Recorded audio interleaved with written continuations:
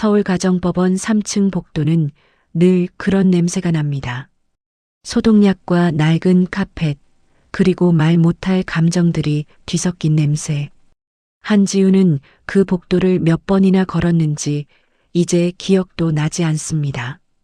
여름이 오고 가을이 오고 다시 겨울이 지나는 동안 그 복도의 형광등은 한 번도 바뀌지 않았습니다. 깜빡이는 세 번째 등도, 발이 걸리는 복도 끝 문턱도. 판결은 오전 10시 40분에 끝났습니다. 변호사 최재원이 서류를 가방에 넣으면서 지훈 쪽을 바라보았습니다.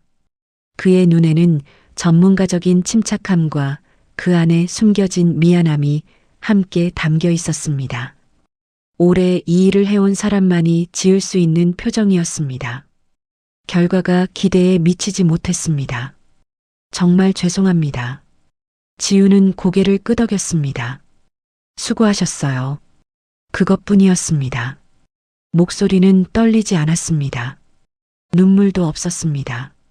최 변호사는 그 차분함이 오히려 더 마음에 걸렸는지 잠시 말을 잇지 못하다가 먼저 발걸음을 옮겼습니다. 복도 저편에서 박도연이 나왔습니다. 짙은 네이비 수트, 광이 나는 구두, 그리고 그 특유의 여유로운 걸음걸이. 그는 자신의 변호인단과 짧게 악수를 나누며 웃었습니다. 밝고 깨끗한 웃음이었습니다. 언제 보아도 카메라 앞에 서도 될 것 같은 얼굴. 지우는 그 얼굴을 한동안 바라보았습니다. 미움도 그리움도 아닌 감정으로. 그는 지훈을 한번 흘끗 보았습니다. 그리고 아무 말 없이 엘리베이터 쪽으로 걸어갔습니다. 한지훈의 나이는 36이었습니다. 서울 외곽의 작은 도시에서 자랐습니다. 아버지는 중소인쇄소를 운영했고 어머니는 그 옆에서 장부를 맡았습니다. 지훈은 어릴 때부터 숫자에 밝았습니다. 방학이면 아버지의 낡은 계산기를 가지고 놀았고 어른들의 말을 듣는 것을 좋아했습니다. 조용하고 꼼꼼하고 감정보다 판단이 앞서는 아이였습니다. 대학에서 경영학을 전공하고 작은 컨설팅 회사에 입사했습니다. 그곳에서 박도연을 만났습니다. 도연은 달랐습니다. 빠르고 뜨겁고 무엇이든 될 것 같은 사람이었습니다. 아이디어가 넘쳤고 사람을 끌어당기는 힘이 있었습니다. 지우는 그의 옆에서 그가 못 보는 것들을 보았습니다. 계획의 빈틈, 숫자의 오류, 미처 생각하지 못한 리스크. 그것들을 조용히 채워나갔습니다. 결혼은 28배 했습니다. 헬스케어 스타트업이 궤도에 오르던 해였습니다. 투자자들이 몰렸고 기사가 났고 도연의 이름이 업계에 오르내리기 시작했습니다. 지우는 회사를 그만두고 그의 사업을 내조하는 방식을 선택했습니다. 당시에는 그것이 자연스러운 흐름처럼 느껴졌습니다. 새벽 2시에 투자 제안서를 고치는 것도 지훈이었습니다. 콘텐츠 전략을 짜고 초기 팀원들의 계약서 조건을 검토하고 회계 자료의 이상치를 찾아내는 것도. 도연은 앞에서 빛났고 지훈은 뒤에서 그 빛이 꺼지지 않도록 지탱했습니다. 누가 시킨 것도 아니었습니다. 그냥 그렇게 되었습니다. 그것이 문제라는 것을 안 것은 한참 뒤였습니다. 법원을 나오자 11월의 바람이 얼굴을 스쳤습니다. 지훈의 동생 지연이 계단 아래에서 기다리고 있었습니다. 커피 2잔을 들고 코트 깃을 세우고 걱정스러운 눈으로 언니, 응? 어떻게 됐어? 지훈은 잠시 하늘을 올려다보았습니다. 서울의 가을 하늘은 이상하리만치 맑았습니다. 예상대로야. 지연의 표정이 구겨졌습니다. 무언가를 말하려다가 결국 아무 말도 하지 못했습니다. 그냥 커피 한 잔을 언니 쪽으로 내밀었습니다. 지훈은 그것을 받아들었습니다. 따뜻했습니다. 며칠 뒤 주변 사람들의 연락이 이어졌습니다. 대부분은 위로였습니다. 그리고 위로 안에는 말하지 않아도 들리는 말들이 있었습니다. 그래도 도연 씨가 잘 되고 있잖아. 그 사람 요즘 진짜 잘 나가던데. 지훈이 내가 많이 도와줬으니까 어느 정도는 된 거잖아. 그렇지? 이제 혼자가 됐으니까 오히려 자유롭게 살 수 있겠다. 지훈은 그 말들을 다 들었습니다. 고개를 끄덕이고 괜찮다고 했습니다. 거짓말은 아니었습니다. 정말로 괜찮았습니다. 다만 공허했습니다. 자신이 새벽마다 고쳤던 보고서들, 틀렸다고 아무도 몰랐던 숫자들, 그 회사가 첫 투자를 받던 날 밤 혼자 편의점에서 삼각김밥을 먹으며 엑셀 파일을 열던 기억들. 그것들은 어디에도 기록되지 않았습니다. 증거도 없었고 이름도 없었습니다. 그래서 말하지 않았습니다. 말해봤자 달라지는 것은 없었으니까요. 이삿짐은 많지 않았습니다. 박스 12개, 마포구의 허름한 원룸, 오래된 빌라 4층, 엘리베이터 없음. 이삿짐 센터 아저씨가 숨을 몰아쉬며 마지막 박스를 내려놓고 나서야 지우는 방 한가운데 서서 처음으로 숨을 깊이 들이마셨습니다. 창문 너머로 늦은 오후의 햇빛이 비스듬히 들어왔습니다. 바닥에 먼지가 일었습니다. 낡은 벽지, 작은 싱크대, 딱 한 사람이 누울 수 있는 공간. 지우는 박스 위에 걸터 앉아 방을 둘러보았습니다. 그리고 작게, 거의 들리지 않을 만큼 낮은 목소리로 중얼거렸습니다. 이제 진짜 내 인생 시작이다. 누가 듣지 않아도 괜찮았습니다. 그 말은 자신에게 하는 것이었으니까요. 햇빛이 먼지 속으로 천천히 가라앉았습니다. 방은 조용했습니다. 지우는 한동안 그 조용함 속에 앉아 있었습니다. 무너진 것들을 세는 대신 아직 남아있는 것들을 생각하면서, 그리고 그 생각들 중에는 아직 이름도 붙이지 못한 어떤 가능성이 있었습니다.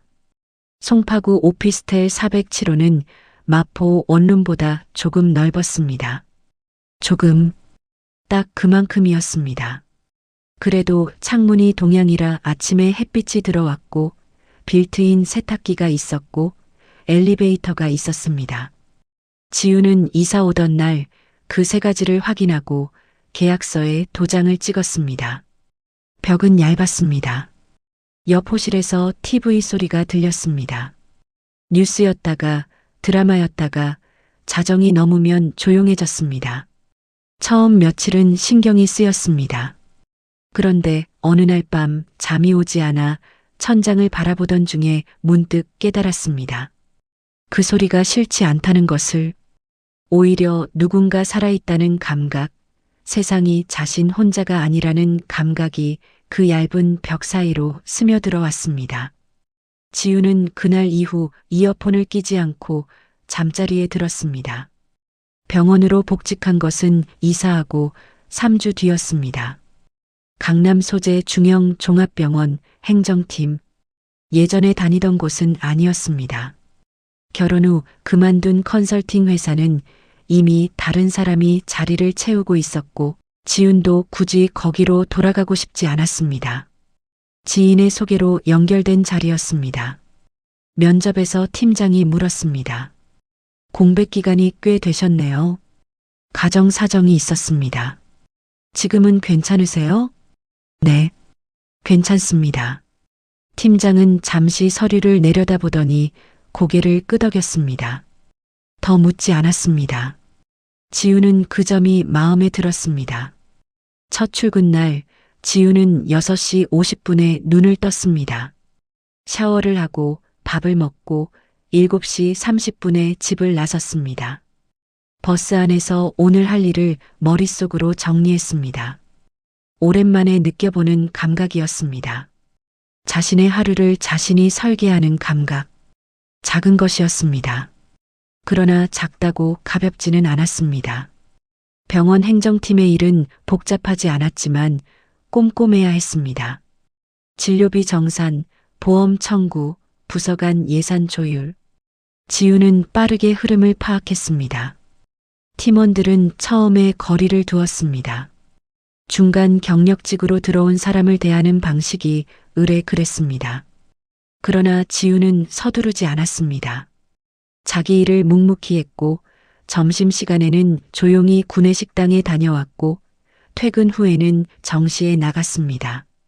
한 달쯤 지나자 팀 막내 이수아가 말을 걸어왔습니다. 선생님, 이 양식 보신 적 있으세요? 저는 처음 보는 건데요. 어디 볼게요. 지우는 화면을 들여다보았습니다. 오래된 보험 청구 양식이었습니다. 현행 기준에 맞지 않는 항목이 3개 있었습니다. 이 항목들 바꿔야 해요. 이대로 올리면 반려됩니다. 수아가 눈을 동그랗게 떴습니다. 어떻게 바로 아셨어요? 예전에 비슷한 일 한 적 있어서요. 그뿐이었습니다. 지우는 다시 자신의 화면으로 시선을 돌렸습니다. 수아는 한동안 지훈을 바라보다가 조용히 메모를 했습니다. 그런 날들이 쌓였습니다. 지훈은 리듬을 되찾고 있었습니다. 규칙적인 식사, 주말에 산책, 가끔 보는 책. 화려하지도 않고 극적이지도 않은 일상이었습니다. 그러나 그것이 지훈에게는 낯설 만큼 고요하고 그 고요함이 낯설 만큼 소중했습니다. 다만 문득문득 이름이 보였습니다. 뉴스 앱을 열면 포털 메인을 스치면 박도연이라는 3글자가 눈에 들어왔습니다. 케어링크 3분기 연속 흑자 달성 박도연 대표 내년 상장 목표 헬스케어 스타트업 케어링크 글로벌 파트너십 체결 기사를 끝까지 읽은 적은 없었습니다. 제목만 보고 화면을 닫았습니다. 그때마다 자신 안에서 어떤 감정이 지나갔는지 지우는 정확히 알 수 없었습니다. 미련이라고 하기에는 너무 건조했고 무관심이라고 하기에는 뭔가 남아 있었습니다. 굳이 이름을 붙이자면 이상한 안도감 같은 것이었습니다. 저 회사가 잘 되고 있다는 것, 자신이 새벽마다 지탱했던 것들이 실제로 무너지지 않았다는 것, 그 사실이 지훈에게 어떤 뒤늦은 확인처럼 느껴졌습니다. 기여에 대한 인정은 없었지만 결과가 헛되지는 않았다는 것, 그것으로 충분한지 아닌지는 아직 몰랐습니다. 문자가 온 것은 목요일 저녁이었습니다. 퇴근 후 편의점에서 산 두부찌개 컵을 전자레인지에 돌리던 중이었습니다. 진동이 울렸습니다. 발신인은 정민이었습니다. 정민, 케어링크 인사팀장. 결혼 시절 지훈과 가깝게 지냈던 사람이었습니다. 도연의 편도, 지훈의 편도 아닌 그냥 사람 자체로 사람을 대했던 몇 안 되는 인물이었습니다. 지훈 씨, 잘 지내죠? 다름이 아니라 오늘 좀 이상한 일이 있어서요. 지훈은 컵을 꺼내 들고 소파에 앉았습니다. 계속 읽었습니다. 재무팀이랑 계약 검토 중이었는데 갑자기 대표님이 직접 나오셨어요. 파트너사 계약을요. 재무팀은 자리 비키고 회의실에 대표님이랑 외부 사람 둘이서만 들어가셨어요. 저만 이상한 건지 모르겠는데 좀 낯선 분위기였거든요. 지훈 씨한테는 말할 수 있을 것 같아서요. 지훈은 한동안 화면을 바라보았습니다. 전자레인지가 멈춘 뒤의 정막 속에서 생각이 빠르게 움직였습니다. 대표가 재무팀을 배제하고 직접 계약 자리에 나섰다. 외부 인원 둘. 회의실을 단독으로 쓰는 구조. 이상했습니다. 도연은 실무를 직접 챙기는 스타일이 아니었습니다. 아이디어를 밀고 사람을 움직이는 것은 잘했지만 계약서를 직접 들여다보는 것은 언제나 실무진의 몫이었습니다. 지훈이 그 옆에 있을 때도 그랬습니다.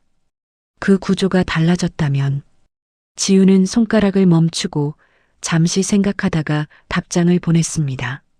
잘 지내요, 정민 씨. 연락해줘서 고마워요. 괜찮을 거예요. 대표님도 이제 회사가 커지면서 직접 챙기는 것들이 생기는 거 아닐까요? 그래도 신경 쓰이면 팀장님한테 한번 말씀드려 보세요. 보내고 나서 지우는 두부찌개를 한 숟가락 떴습니다. 뜨거웠습니다. 창밖에는 송파의 저녁이 내려앉고 있었습니다. 불 켜진 창들이 하나씩 늘어나는 시간.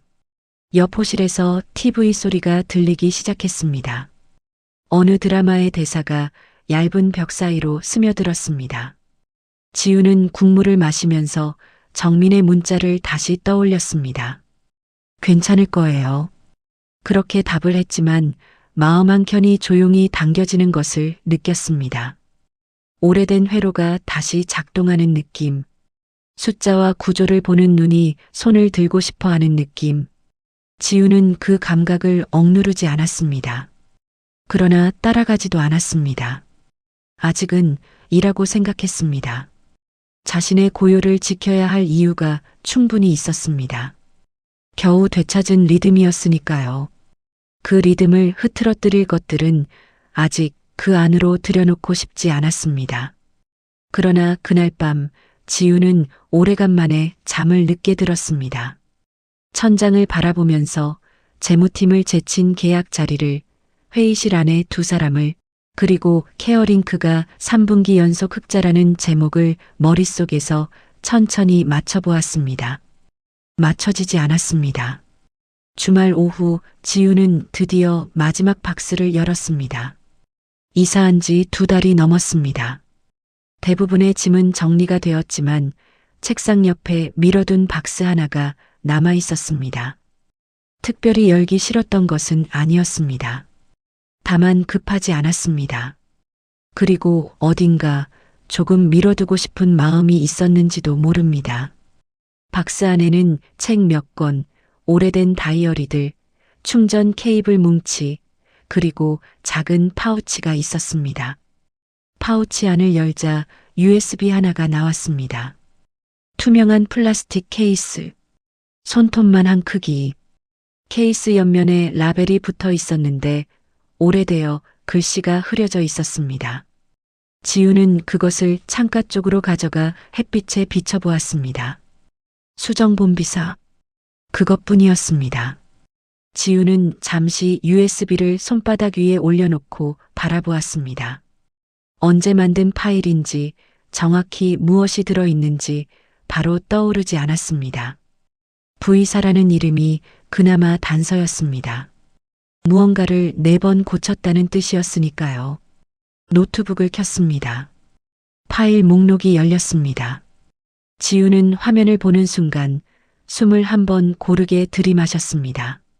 사업계획 재무 모델 수정본, XLSX, 손익 예측 시나리오 별비사, XLSX, 투자 리스크 분석 보고서 최종, PDF, 파트너 사단과 협상 검토, XLSX, 파일 날짜는 7년 전이었습니다.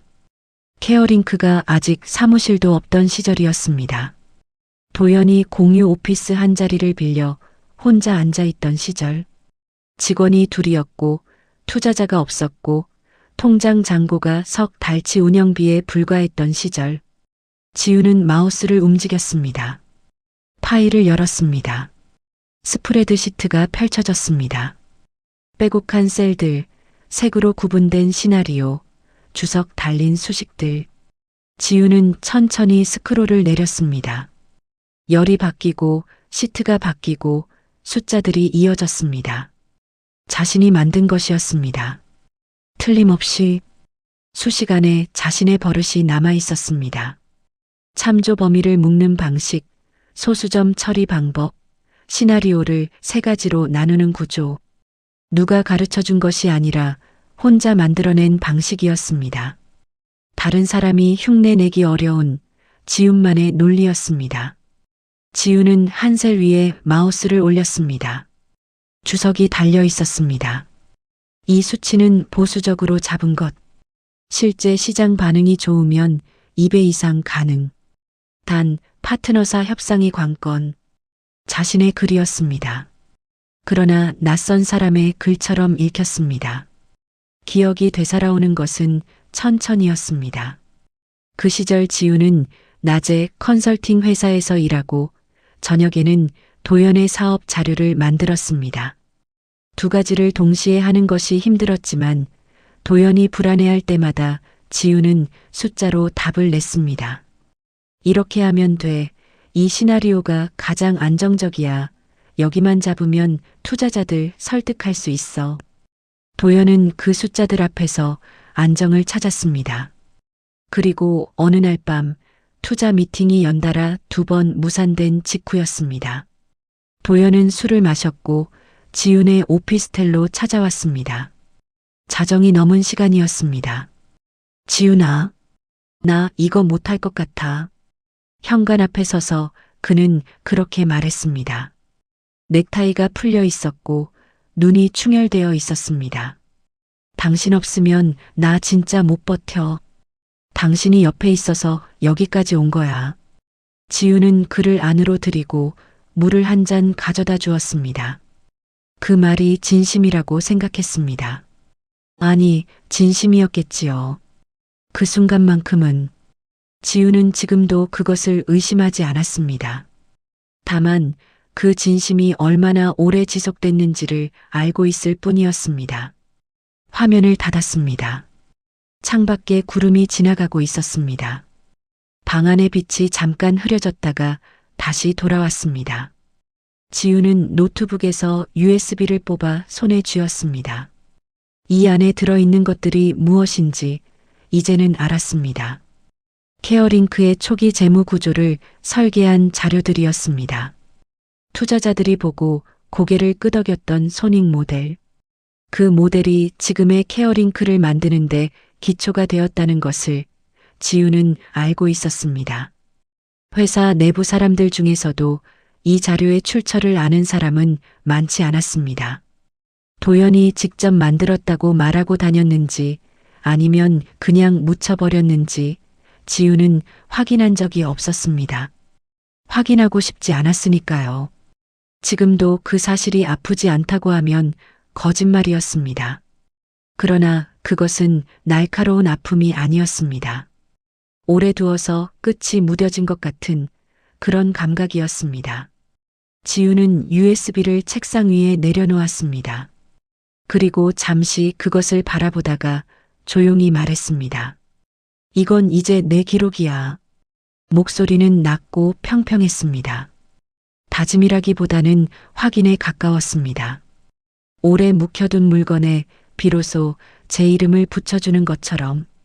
그만 과거를 정리하자. 아무도 듣지 않았습니다. 그래도 괜찮았습니다. 그날 저녁 지우는 오래된 다이어리를 꺼냈습니다. USB를 찾은 것과 같은 박스에 들어있던 것이었습니다. 표지가 낡아 모서리가 들떠 있었습니다. 몇 페이지를 넘기다가 지우는 손을 멈췄습니다. 한 페이지 가득 숫자들이 적혀 있었습니다. 시장 규모, 성장률, 경쟁사 비교, 볼펜으로 빠르게 써내려간 흔적이었습니다. 여백에는 작은 글씨로 메모가 달려 있었습니다. 이 구조가 맞는 것 같다. 다음 주까지 모델 완성할 것. 지우는 그 메모를 손가락으로 가볍게 짚었습니다. 이 손이 만들어낸 것들이 있었습니다. 도연이 빛나는 자리에서 말하는 동안 그 빛이 꺼지지 않도록 연료를 채운 손이었습니다. 기록이 없었고 이름이 없었고 박수도 없었습니다. 그러나 이 다이어리가 있었습니다. USB가 있었습니다. 수시간에 남은 버릇이 있었습니다. 사라진 것이 아니었습니다. 보이지 않은 것이었습니다. 지우는 다이어리를 닫고 책상 위에 놓인 USB 옆에 나란히 세워두었습니다. 그날 밤 정민에게서 다시 문자가 왔습니다. 지훈 씨, 저 좀 이상한 것 더 봤어요. 계약 상대방 회사 검색해봤는데 설립된 지 6달밖에 안 됐어요. 근데 계약 금액은 엄청 크고요. 재무팀이 왜 빠졌는지 이제 좀 감이 오는 것 같기도 하고. 지훈 씨 생각엔 어때요? 지훈은 문자를 읽고 화면이 꺼질 때까지 손을 움직이지 않았습니다. 설립 6달, 큰 계약 금액, 재무팀 배제, 대표 직접 참석. 머릿속에서 숫자들이 줄을 섰습니다. 오래된 습관이었습니다. 지우는 그 줄을 따라가다가 잠시 눈을 감았습니다. 아직 자신의 일이 아니었습니다. 그러나 외면하기에는 무언가가 맞지 않았습니다. 퍼즐 조각들이 모양을 드러내기 시작하는 순간의 감각. 보고 싶지 않아도 눈에 들어오는 것들이 있었습니다. 지우는 천천히 답장을 썼습니다. 정민 씨, 그 계약 상대방 회사 이름 알 수 있어요? 보내기 버튼을 누르고 나서 지우는 숨을 내쉬었습니다. 책상 위에 USB가 가로등 빛을 받아 희미하게 빛났습니다. 지우는 그것을 바라보았습니다. 잠시 전에 스스로에게 했던 말이 떠올랐습니다. 과거를 정리하자. 그러나 과거가 현재 안으로 밀고 들어올 때 사람은 어디까지 눈을 감을 수 있는 것인지 지우는 아직 그 답을 알지 못했습니다. 뉴스는 화요일 아침에 떴습니다. 지우는 출근 준비를 하다가 휴대폰 알림을 무심코 눌렀습니다. 포털 메인에 케어링크가 올라와 있었습니다. 이번에는 성과 기사가 아니었습니다. 케어링크, 동남아 투자계약 무산 파트너사 측 계약 조건 불투명 주장. 지우는 세면대 앞에 서서 그 기사를 끝까지 읽었습니다. 파트너사가 계약 해지를 통보했다는 내용이었습니다. 양측의 입장이 엇갈렸고 케어링크 측은 공식 입장을 내지 않고 있었습니다. 기사 말미에는 짧은 문장 하나가 덧붙여 있었습니다. 업계에서는 이번 계약이 내부 재무팀 검토 없이 진행됐다는 이야기가 흘러나오고 있다. 지우는 휴대폰을 내려놓고 양치질을 마저 했습니다. 거울 속 자신의 얼굴을 보았습니다. 특별한 표정이 없었습니다. 놀람도 통쾌함도 아니었습니다. 그냥 알고 있었던 것이 확인되는 느낌이었습니다. 퍼즐 조각이 제자리를 찾는 소리가 들리는 것 같은 그 이후 일주일 동안 소식들이 이어졌습니다. 처음에는 기사였습니다. 다음에는 지인들의 연락이었습니다. 케어링크에서 일하던 사람들이 SNS 프로필을 바꾸기 시작했습니다. 전직 동료 중 한 명이 단체 채팅방에 짧은 인사를 남겼습니다. 저 이번 달로 퇴사합니다. 다들 잘 지내세요. 답장들이 달렸습니다. 어색하고 짧은 것들이었습니다. 잘 가라는 말, 수고했다는 말. 지우는 이모티콘 하나를 눌렀습니다. 그것으로 충분했습니다. 병원 행정팀 자리에 앉아서 지우는 보험 청구 파일을 열었습니다. 할 일이 있었습니다. 지금 자신의 자리에서 해야 하는 일이 그것을 하는 것이 맞았습니다. 정민의 전화는 목요일 점심시간에 왔습니다. 지우는 구내식당에서 밥을 먹고 나오다가 진동을 느꼈습니다. 복도 창가 쪽으로 걸어가 전화를 받았습니다. 지훈 씨, 저예요. 정민의 목소리가 평소보다 낮았습니다. 피곤한 사람의 목소리였습니다. 네. 잘 지내요, 정민 씨? 잘 지내긴요. 짧은 침묵이 있었습니다. 정민이 먼저 말을 이었습니다. 대표님이 세금 처리도 직접 한다네요. 경리팀한테 자료 올리지 말라고 했대요. 본인이 외부 세무사랑 직접 한다고. 지우는 창밖을 바라보았습니다. 병원 건물 사이로 가을 하늘이 좁게 보였습니다. 재무팀 반응은요? 팀장님이 이미 사직서 냈어요. 다음 달이면 떠나시고요. 남은 사람들도 다들 눈치 보는 중이에요. 완전히 통제 불능이에요, 지금. 지우는 대답하지 않았습니다. 통제 불능. 정민이 고른 단어였지만 지훈에게는 다른 의미로 들렸습니다. 도연이 통제를 잃은 것이 아니었습니다. 도연은 처음부터 그런 사람이었습니다. 빠르고 뜨겁고 자신이 옳다고 믿는 방향으로 거침없이 가는 사람. 그 옆에 숫자를 보는 사람이 있을 때는 균형이 잡혔습니다. 그 사람이 사라진 뒤에는 지훈 씨, 솔직히 말해도 돼요? 네. 지훈 씨가 있을 때는 이런 일 없었잖아요. 그 사람도 알 것 같은데 왜 이러는지 모르겠어요. 지우는 잠시 말을 고르다가 천천히 답했습니다. 정민 씨, 저는 이제 거기 사람이 아니에요. 알아요. 그냥 하고 싶은 말이 있어서요. 힘들죠. 그 안에 있으면. 네. 본인 앞가림 먼저 하세요. 진짜로. 전화를 끊고 나서 지우는 잠시 복도에 서 있었습니다. 연민이 스쳤습니다. 부정하지 않겠습니다. 7년을 함께한 사람이었으니까요. 그 회사를 위해 새벽을 보낸 날들이 있었으니까요.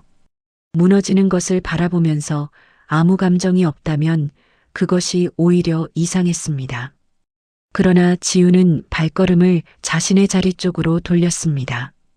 걸으면서 생각했습니다. 연민은 행동이 아니었습니다. 느끼는 것과 뛰어드는 것은 다른 일이었습니다. 예전의 지훈이었다면 이미 머릿속으로 대책을 세우고 있었을 것입니다.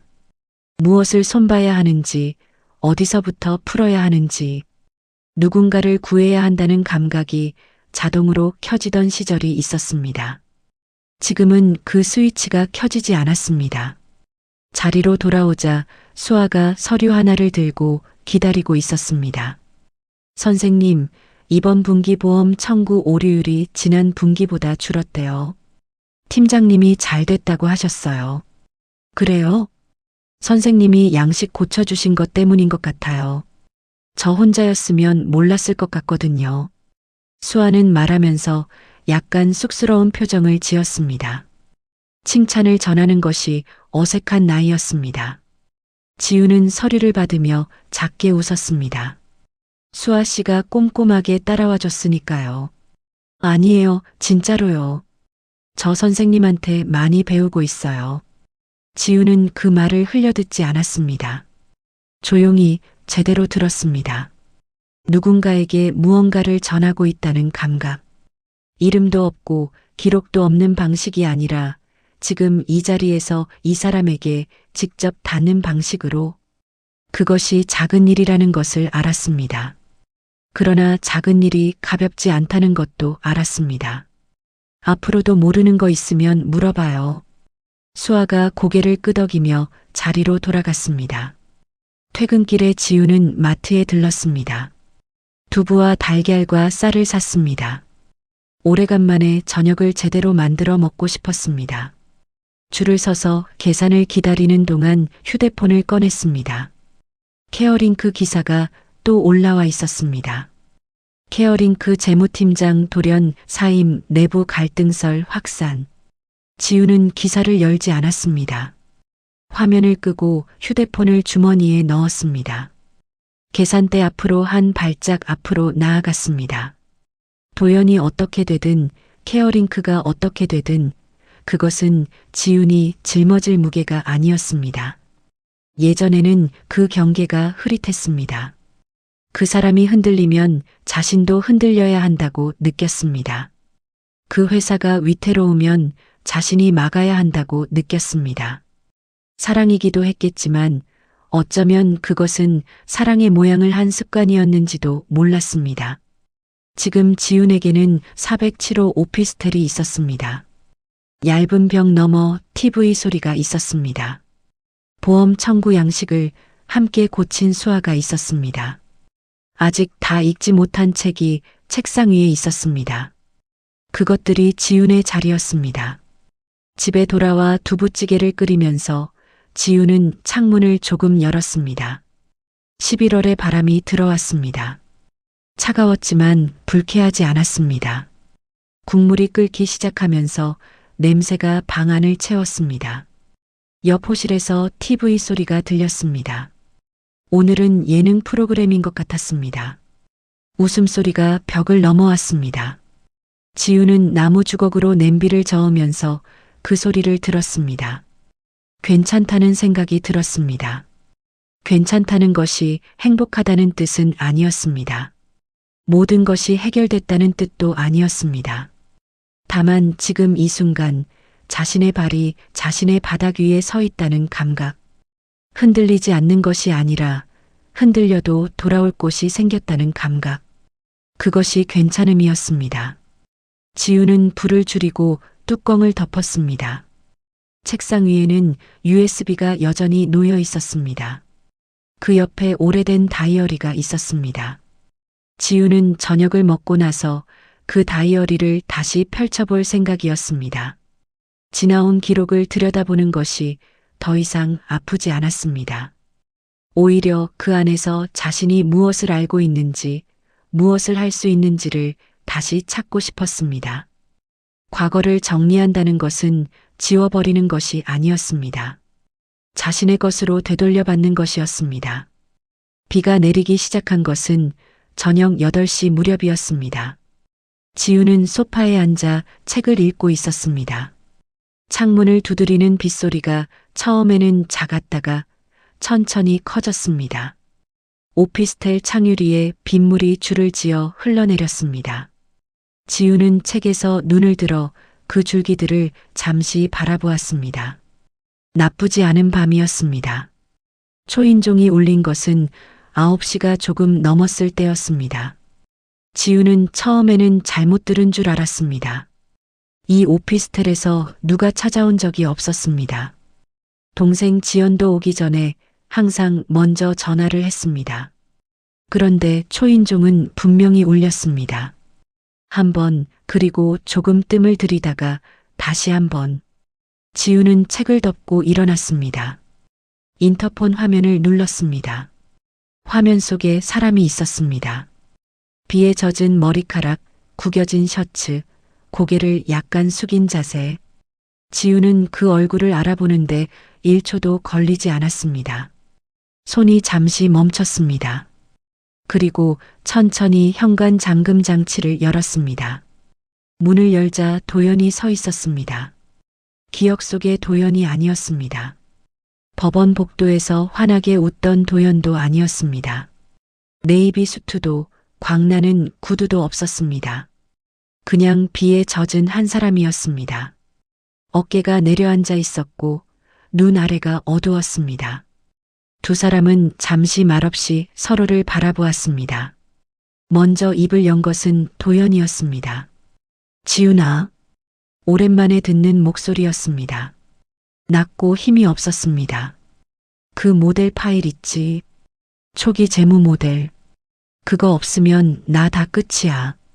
투자자들한테 소명 자료 내야 하는데 원본 구조를 보여줘야 해서. 지우는 대답하지 않았습니다.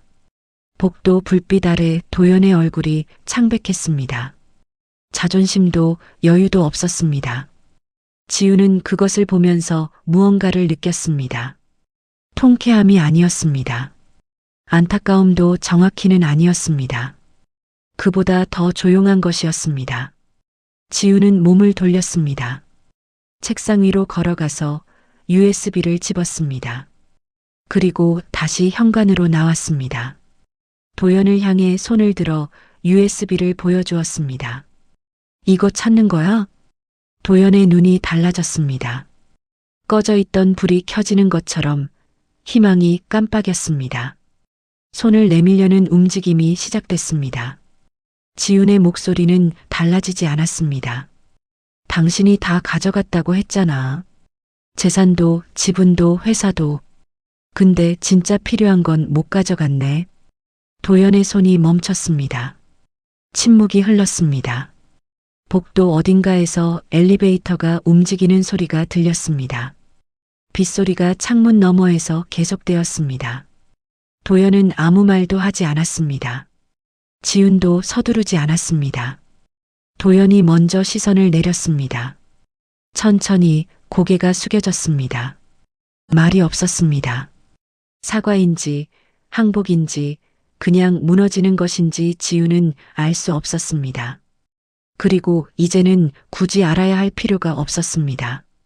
지우는 손을 내려 USB를 가만히 쥐었습니다. 그리고 말했습니다. 당신 말대로 내가 잘 버틸 줄 알았겠죠. 도연이 고개를 들었습니다. 맞아요. 버텼어요. 근데 이제는 버티는 게 아니라 살아가요. 목소리는 높지 않았습니다. 떨리지도 않았습니다. 7년치의 말들을 담기에는 너무 짧은 문장이었지만 지금 이 순간에 꼭 맞는 말이었습니다. 도연은 무언가를 말하려다가 입을 다물었습니다. 눈가가 움직였습니다. 지우는 그것을 끝까지 바라보았습니다. 외면하지 않고 그렇다고 붙잡지도 않고 들어올 생각 없으면 가요. 비 맞으면 안 되니까. 그것이 지훈이 마지막으로 한 말이었습니다. 도연은 잠시 서 있다가 조용히 몸을 돌렸습니다. 엘리베이터 쪽으로 걸어가는 뒷모습이 복도 끝으로 멀어졌습니다. 지훈은 문을 닫았습니다. 닫힌 문 앞에 잠시 서 있었습니다. 심장이 뛰고 있었습니다. 빠르지 않았습니다. 그냥 뛰고 있었습니다. 살아있는 것들이 하는 방식으로. USB는 다시 책상 위에 내려놓았습니다. 지우는 소파로 돌아와 앉았습니다. 책을 펼쳤지만 읽히지 않았습니다. 그래도 괜찮았습니다. 그냥 그 자리에 앉아 빗소리를 들었습니다. 옆 호실에 TV 소리가 들렸습니다. 오늘은 조용한 프로그램인 것 같았습니다. 음악이 흘러나왔습니다. 얇은 벽을 넘어오는 조용한 멜로디였습니다. 도연이 찾아왔습니다. 그리고 갔습니다. 지우는 그 일을 머릿속에서 여러 번 돌려보지 않았습니다. 후회할 것도 되새길 것도 없었습니다. 말하고 싶었던 것을 말했습니다. 주지 않아야 할 것을 주지 않았습니다. 그것으로 충분했습니다. 창밖으로 비가 계속 내렸습니다. 케어링크가 법정 관리를 신청한 것은 그로부터 나흘 뒤였습니다. 지우는 병원 행정팀 자리에서 그 뉴스를 보았습니다. 점심시간이 끝나고 오후 업무가 시작되기 전 잠깐의 틈이었습니다. 기사 제목을 읽고 화면을 닫았습니다. 그리고 서랍에서 환자 서류 묶음을 꺼냈습니다. 정리해야 할 것들이 있었습니다. 이번 달 보험 청구 마감이 이틀 뒤였고 수아가 부탁한 양식 검토도 남아 있었습니다. 지우는 서류를 펼치고 펜을 들었습니다. 일을 하는 동안 이상한 감각이 있었습니다.